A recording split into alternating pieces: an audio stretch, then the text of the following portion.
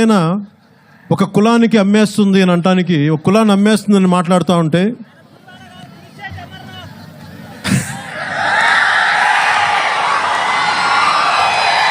నేను వ్యక్తుల పేర్లు చెప్పడానికి సంకోచిస్తాను. ఎందుకంటే నేను వారి భావం మీద ఫైట్ చేస్తాను, వ్యక్తుల మీద ఫైట్ చేయను. వారి ఆలోచన విధానం మీద నా పోరాటం. ఆలోచన విధానం మార్చుకుంటే మనుషులందరూ మనవాళ్లే కదా. కానీ వైసీపీ నాయకుడు అన్న మాటలకి నాకెందుకు ఈరోజు కడప నుంచి, మన సిద్ధవటం నుంచి సమాధానం చెప్పాలనుకున్నాను.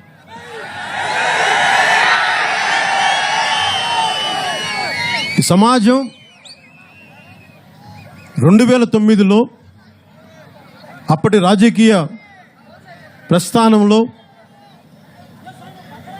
ఆ రోజున అన్నయ్య గారు పెట్టిన పార్టీలో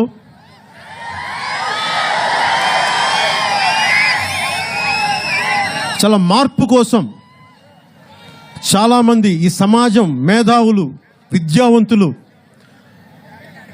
ఈ అసమానతల మధ్య, అసమానతలు పెరిగిపోయిన సమాజంలో పరితపించే చాలామంది నాతో మాట్లాడేవాళ్ళు.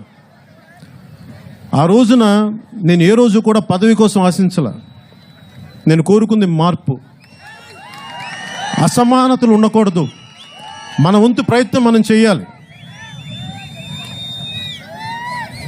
ఆ రోజు పార్టీని మనం నిలబెట్టుకోలేకపోయినప్పటికీ ఆ రోజు నేను ఒకటే అనుకో, మన కోసం రాయలసీమలో కూడా ఇన్ని లక్షల మంది మన కోసం నిలబడ్డారు. ప్రజలు మన కోసం నమ్మారు.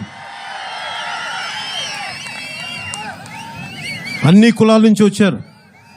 అలాంటి వారందరి కోసం నేను ఇంకెప్పుడు మాట్లాడలేదు. ఆ పార్టీని జాతీయ పార్టీలో కలిపేసిన ఏ రోజు మాట్లాడలే. కాలం మనకు అనుకూలంగా లేనప్పుడు ఎవరి నిర్ణయాలు వారి అని చెప్పి వదిలేశాను. ఈరోజు వైసీపీలో ఇంకా కొంతమంది మంత్రులుగా చేస్తున్నారు. ఇంకా మంత్రులుగా ఉండి వెళ్ళిపోయిన వాళ్ళు, వీళ్ళందరూ ఆ రోజున పక్కనే ఉండి దగ్గరుండి పార్టీలో విలీనం చేయించేశారు. ఆ రోజే కనుక పార్టీ నిలబడి కనుక పెట్టుడుంటే ఈ రోజున ఆంధ్రప్రదేశ్ లాంటి ఇబ్బందులు ఉండేది కాదు. ఎందుకు చెప్తున్నానంటే, కేవలం కుల రాజకీయాల మీదే రాజకీయం చేస్తే, మతం మీదే రాజకీయాలు చేస్తే ఈ దేశం ఎప్పుడు విచ్ఛిన్నమైపోద్ది.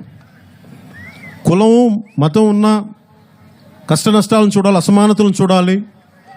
వీటన్నిటిని దృష్టిలో పెట్టుకొని నేను 2014లో ఒక బలమైన ఆలోచనతో వచ్చాను. నా జీవితం నేను ఓడిపోయినా గెలిచినా ఎలాంటి పరిస్థితులు వచ్చినా ఒక మార్పు కోసం మొత్తం దహించుకుపోయేలాగా నేను బయటకు వచ్చాను. నాకు ఓకే, ప్రాణాలు పోయినా పర్లేదు, కానీ మార్పు రావాలి.